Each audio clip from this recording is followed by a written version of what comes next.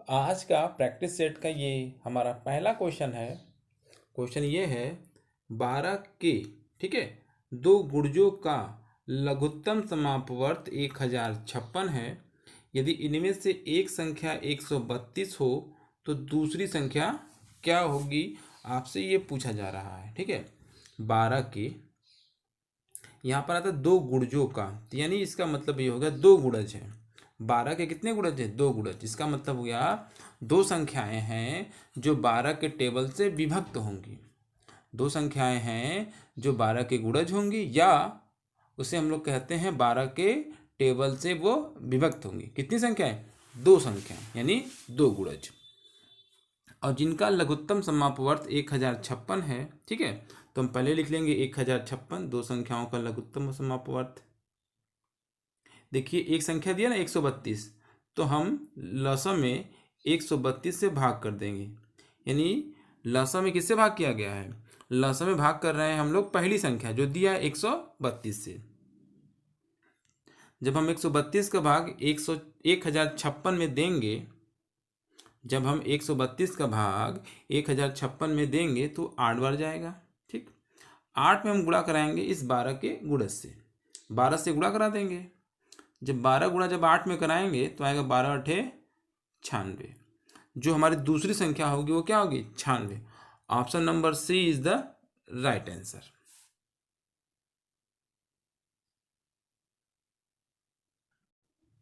देखिए आज के टॉपिक का नेक्स्ट क्वेश्चन, दो संख्याओं के महत्तम समापवर्तक और लघुत्तम समापवर्तक का योग 680 है।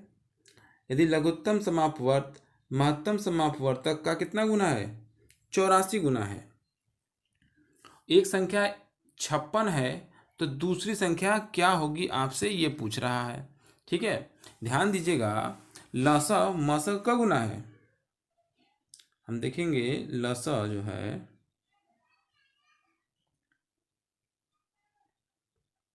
लिखा है ना, लघुत्तम समापवर्तक महत्तम समापवर्तक का 84 गुना है।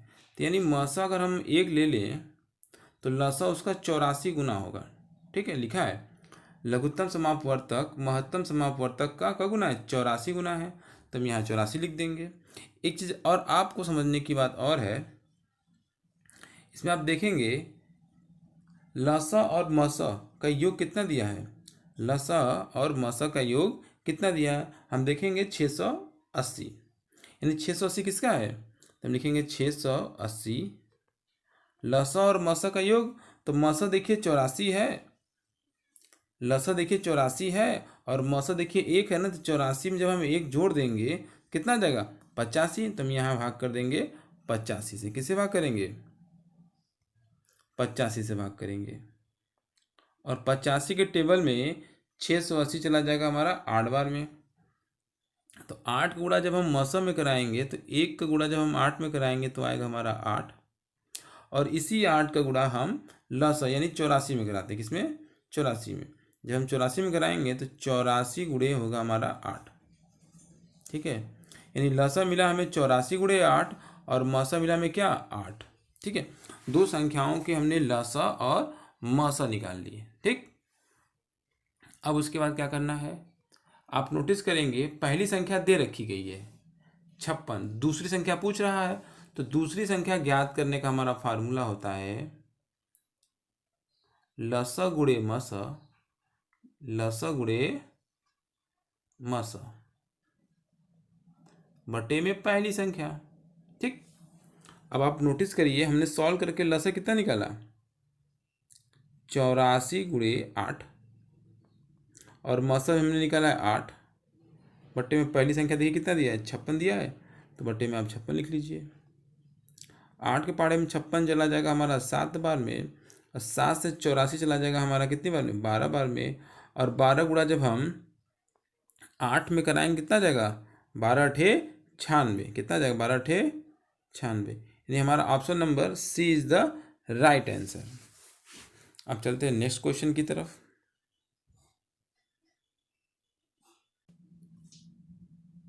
आज का हमारा नेक्स्ट क्वेश्चन है 1001 के पावर 2008 प्लस 1002 का अंतिम अंक कौन सा होगा। ठीक है, अंतिम अंक का मतलब होता है इकाई का अंक। ठीक है, इकाई का अंक ज्ञात करना है हमको। इसमें ध्यान समझिएगा कैसे करेंगे इस प्रश्न को। हमने इस पर पहले एक वीडियो बना रखे हैं। जो लोग पहली बार हमारे चैनल पर आए हुए हैं, कृपया वह प्लेलिस्ट में जा करके इकाई पर से संबंधित वो वीडियो इसको देख ले, तो ये और बेटर उनको समझ में आएगा। जैसे कि इसमें दिया हुआ है एक संख्या है 1001 के पावर 2008, तो 1001 का अंतिम अंक क्या है 1 है ना 1। पावर पे कुछ भी अंक हो उससे हमें कोई मतलब नहीं है। अगर किसी संख्या के लास्ट डिजिट 1 हो, यदि किसी संख्या का अंतिम अंक 1 हो और तो हम उसमें इकाई का अंक 1 ही होता है। पावर पे चाहे कोई भी संख्या लिखी गई हो उससे कोई फर्क नहीं पड़ता। फिर बीच में प्लस का सिंबल देंगे। 1002 का अंतिम अंक क्या है 2 है, तो यहाँ लिख देंगे 2। जब एक में हम 2 जोड़ देंगे तो आएगा हमारा 3, यानी इसका जो अंतिम अंक कौन सा है 3 है, यानी option number B is the right answer.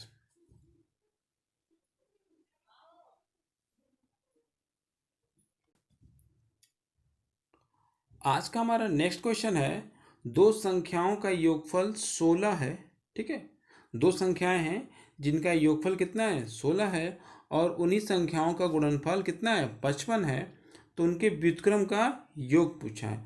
तो व्युत्क्रम के योग का फार्मूला हो जाएगा, ठीक है, किसके व्युत्क्रम के योग का फार्मूला, दोनों संख्याओं के व्युत्क्रम के योग का फार्मूला। ठीक है, हम यहाँ लिख लेंगे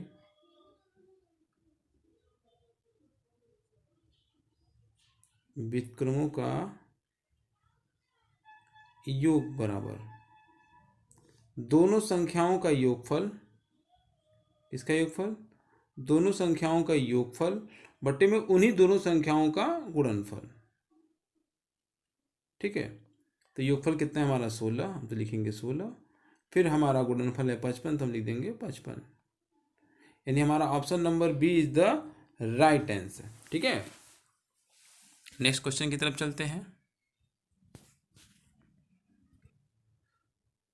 हमारा नेक्स्ट क्वेश्चन है *381 संख्या 11 से विभाज्य है, तो स्टार के स्थान पर क्या होगा। ठीक है, तो यहाँ पर विभाज्यता से नियम से संबंधित क्वेश्चन है। ठीक है, तो सबसे पहले हम देखेंगे 11 से विभाज्य करने का नियम क्या है। देखिए 11 से विभाज्य करने का नियम यह है, जो संख्या दी गई है उसको लिख लीजिए *3, 8 और 1।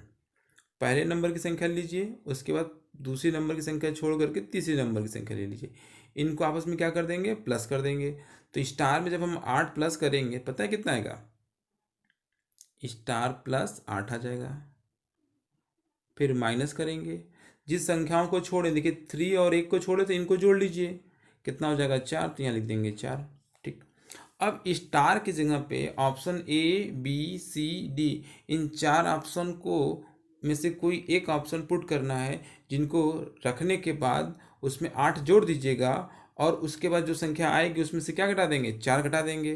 तो 4 घटाने के बाद वह संख्या 11 से पूर्णतः विभक्त होनी चाहिए, तो हमारी संख्या वही कहलाएगी, यानी स्टार की जगह पे वही संख्या रखी जाएगी। अगर हम ऑप्शन नंबर डी रखते हैं, ठीक है 7, देखिए 7 अगर हम स्टार की जगह रख दें और उसमें 8 जोड़ दें, कितना हो जाएगा, 7 में 8 जोड़ देंगे 15, 15 में से 4 चला जाएगा तो हमारा कितना जाएगा 11।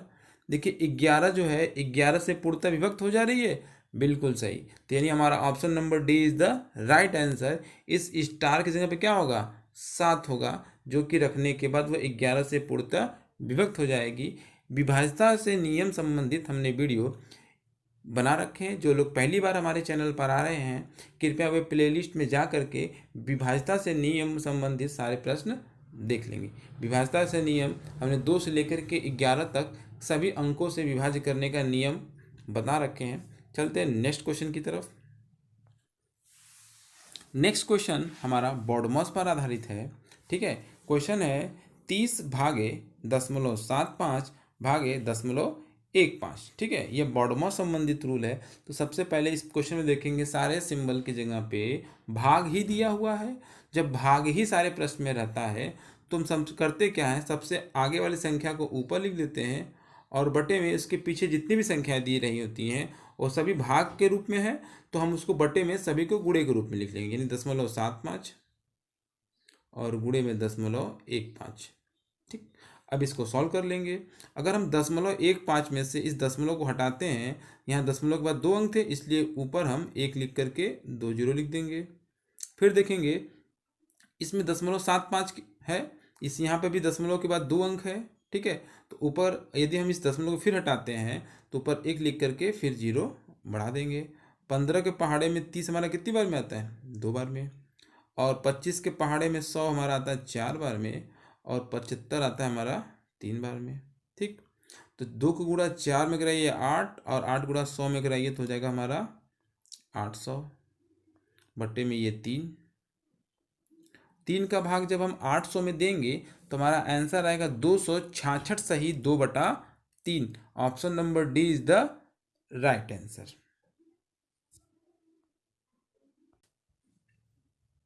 हमारा नेक्स्ट क्वेश्चन भी बॉडमस से संबंधित है। ठीक है, लिखा है 1/2 गुणे में 1/3 का, ठीक है, 1/4 भागे 1/5 का 1/6 कितना होगा?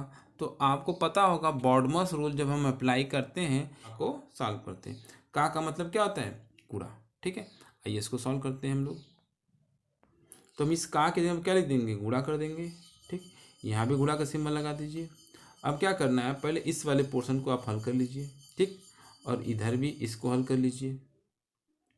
यहाँ लिखिए 1/2 गुणे में, अब 1 का गुणा 1 में कराएंगे 1, और 3 का गुणा 4 में करा दीजिए 12। यहाँ भाग का सिंबल दे दीजिए। ऊपर 1 का गुणा 1 में कराइए 1, और नीचे 5 गुणा 6 में कराइए 30 हो जाएगा। ठीक है, इसके बाद इसको सॉल्व करते हैं। लिखा है क्या? 1/2 गुणे में 1/12। अब इस भाग को हम गुणा बना देंगे। क्या कर देंगे? गुणा बना देंगे। और भाग के बाद जो लिखा है ना बगल में उसके 1/30, ये पलट जाएगा 30/1 में कन्वर्ट हो जाएगा। ठीक है, अब इसको सॉल्व करते हैं। अब इसको हम 6 के पहाड़े से काट दिए 2 बार में चला जाएगा, और 6 से काट दिए हमारा 5 बार में चला जाएगा। अब हम लिखेंगे 5 बटे में 2 दूनी 4, यानी 5/4। जब हम 4 का भाग 5 में देंगे तो वो जाएगा 1.25, यानी option number C is the right answer. जब हम 4 का भाग 5 में देंगे तो आएगा हमारा क्या? 1.25। Option number C is the right answer. चलते हैं नेक्स्ट क्वेश्चन की तरफ।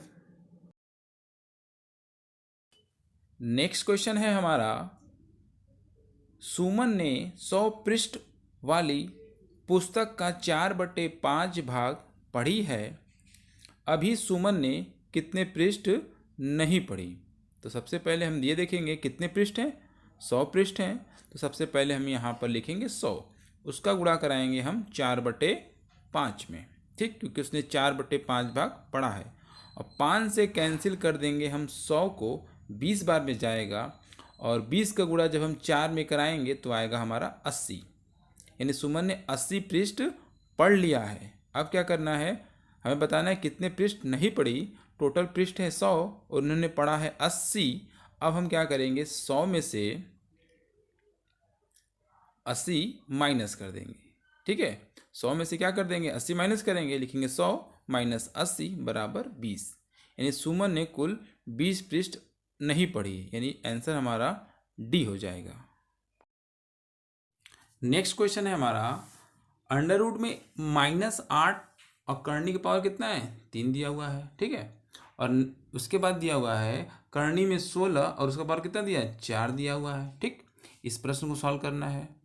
देखिए, इस प्रश्न को यदि हम सॉल्व करते हैं तो हम सबसे पहले लिखेंगे करनी के अंदर -8 है, तो हम इसको लिख सकते हैं करनी की पावर यहाँ पे -3 है तो 3 लिख लीजिए। और करनी के अंदर -8 है तो हम इसको लिख सकते हैं -2 गुणे -2 गुणे -2। जब हम -2 का 3 बार गुणा कराएंगे तो -8 आएगा। फिर गुणा का सिंबल दिया है। अभी दूसरे करनी का देखिए पावर कितना है? 4 लिख लीजिए। 16 को तोड़ दीजिए 2 के टेबल में, तेरी 2 का मल्टीप्लाई कितनी बार होगा? 4 बार होगा। कितनी बार होगा? 4 बार होगा। यहाँ पर कर्णी का पावर 3 है, इसलिए कर्णी के अंदर कोई एक अंक 3 बार होगा तो वह 1 बार बाहर आएगा। ठीक, दूसरे कर्णी का पावर देखिए 4 है। ठीक, तो कोई अंक कर्णी के अंदर 4 बार होगा तो वह 1 बार बाहर आएगा। इनके बीच में गुणा था, गुणा लगा दीजिए। -2 को गुणा जब हम 2 में कराएंगे तो आएगा हमारा -4, यानी option number C is the right answer. चलते हैं नेक्स्ट क्वेश्चन की तरफ। हमारा नेक्स्ट क्वेश्चन है 16 के पावर 3/2 प्लस 16 के पावर -3/2। ठीक है, इस प्रश्न को ध्यान समझिएगा। हम 16 लिख सकते हैं 4 का स्क्वायर इंटू उसके पावर देखिए 3/2 है ना, तो हम लिख लेंगे 3/2, फिर प्लस का सिंबल दे दीजिए, यहाँ पर हम प्लस का सिंबल दे देंगे। ठीक है, फिर 16 है, 16 को लिख सकते हैं आप 4 का स्क्वायर इंटू इसके पावर क्या है -3/2, तो लिखिए -3/2। ये 2 से ये 2 कैंसिल हो जाएगा और ये वाले 2 से ये 2 कैंसिल हो जाएगा। अब ध्यान समझिएगा, यहाँ हो गया 4 की पावर 3, क्या हो जाएगा 4 की पावर 3 प्लस ये हो जाएगा 4 की पावर -3, क्योंकि यहाँ पे माइनस था ना। ठीक, अब हम लिख सकते हैं इसको ऐसे,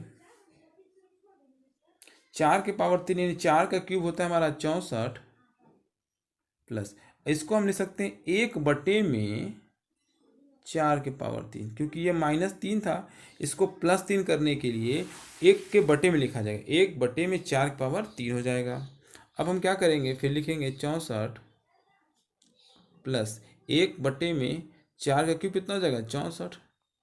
जब हम 64